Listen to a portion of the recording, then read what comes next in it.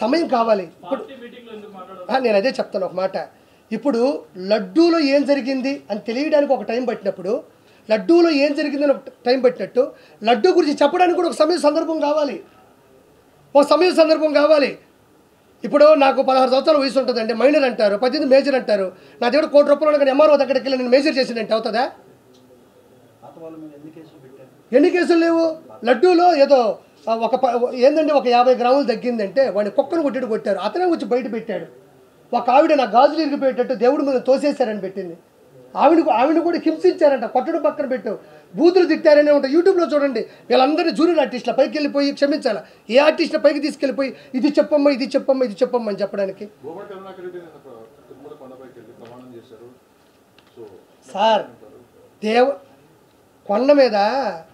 కొండ మీద ఉన్న లడ్డునే చెడగొట్టిన వాళ్ళు, కొండ మీద గోవిందనామ స్మరణాలే రాకుండా చేసిన వాళ్ళు, కొండ మీద భక్తులు హింసించిన వాళ్ళు, కొండ మీద భక్తుల యొక్క మనోభావాలు దెబ్బతీసిన వాళ్ళు 150 నాశనాలు చేసి ఈరోజు వెళ్ళిపోయి నేనే తప్పు చేయలేదు టగడగడగడ గండ కొడితే అయిపోద్దా? 160 తప్పులున్నాయి, 160 తప్పులున్నాయి. 1, 2, 3 కాదు, పైన మద్యం తాగారన్న. నేను ఈరోజు కాదు, నేను ఆ రోజే చెప్పాను. మద్యం తాగారు, మాంసాహారం తిన్నారని నేను ఆ రోజే చెప్పా.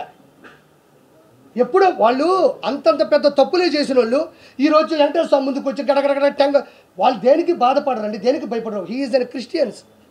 నేను చెప్తున్నాను, వాళ్ళు అన్యమతస్తులు, వాళ్ళు క్రిస్టియన్స్.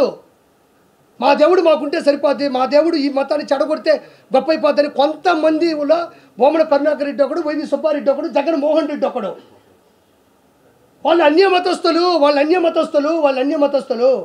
నా దగ్గర నేను ఒక బోర్డు మెంబర్ గాను లేదా చైర్మన్ గాను నువ్వు పెట్టు, నా ప్రాణం పోగొట్టుకొని అక్కడక్కడ ఒక రాయి ఉంటే తల బద్దలు కొట్టుకొని చచ్చిపోతాను తప్ప నేను వచ్చేసి వ్యాపారం చేస్తే ఒక్కొక్క పేపర్ మీద ఒక్కొక్క టికెట్ మీద 100 దర్శనాలు, 150 దర్శనాలు, 250 దర్శనాలు ఇవన్నీ బయటకు వచ్చినాయి కదా, అధికారికంగా బయటకు వచ్చినాయి. 100% నేను చెప్పేది అదే. అప్పుడు ఎందుకు రాలేదు అంటే ఏదైనా ఇప్పుడు పాలు తోడి కానీ పెరుగు అయిపోదు. ఒక విషయం మనం చెప్పాలంటే నేను నీ గురించి చెప్పొచ్చు అన్న, నువ్వు నా గురించి చెప్పొచ్చు, అవునా కాదని వదిలేస్తారు. తిరుమల ప్రపంచ ప్రఖ్యాతి పొందినటువంటి హిందూ ధర్మ వచ్చింది, దానికి ఆధారాలు లేకుండా మాట్లాడకూడదు. ఆధారాలు వచ్చాయి కాబట్టి చంద్రబాబు నాయుడు గారు ఆయన మాట్లాడడం జరిగింది. కాబట్టి దీనికి ఇది మన షకీల్ గారు ఒక ముస్లిం అయినప్పటికీ కూడా ఆయన ఆవేదన చెప్తాం ఒకసారి.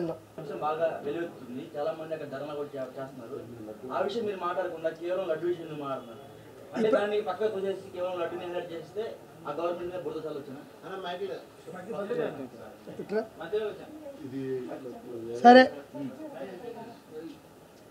ఆయన క్వశ్చన్ అడిగాడు. ఇప్పుడు నేను మీరు రేపు ఉదయం దాకా ఉంటానంటే ప్రతి విషయం గురించి నేను మాట్లాడతా. మీరు ఉంటానంటే నాకేం ఇబ్బంది లేదు. నువ్వు ఒక్కడో నాకు కాదు, నేను నీది ఎంత ఛానల్ ఎంత రీచ్ అవుతుందో నాకెందుకు, నా ప్రపంచం మొత్తం తెలిసే ఛానల్స్ అన్నీ కూడా కావాలా. నాకు అన్ని ఛానల్స్ పెట్టు, నీకు దేని గురించి కావాలంటే నేను దాని గురించి చెప్పుకుంటా పోతూ ఉంటాను. నేను చెప్పానా మీకు, మీ గ్రూపులో కూడా మూర్తి గారు ఏమని పెట్టుంటారు, తిరుమల లడ్డు దాని మీద ఇష్యూ గురించి పెట్టాడు కదా. ప్రైవేటీకరణ ఎందుకు వచ్చింది, ఇంకా చాలా ఇష్యూస్ ఉన్నాయి కదా. నీకు ఎంతసేపు మీరు ఉంటారన్నది నాకు చెప్పేస్తే నేను వాటర్ బాటిల్ ఒక అన్నం పెట్టుకుంటా తింటా మీతో మాట్లాడతా, నాకేం ఇబ్బంది లేదు.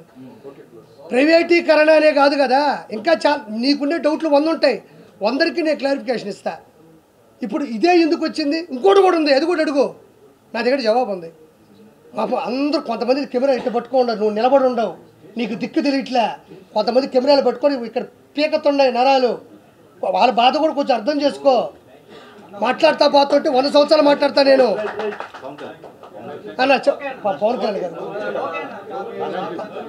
నీలాంటి వాళ్ళు చూడు, అతను వచ్చి ఇక్కడ మాట్లాడిన క్వశ్చన్ అడతా, ఏదో ఒకటి రాసుకొని వచ్చేసి ప్రైవేటీకరణ. నేను అనేది ఒకటి, అదొక్కడే కాదప్ప, 100 ఉన్నాయి సమస్యలు, 100కి చెప్తాను నేను. రెడీ.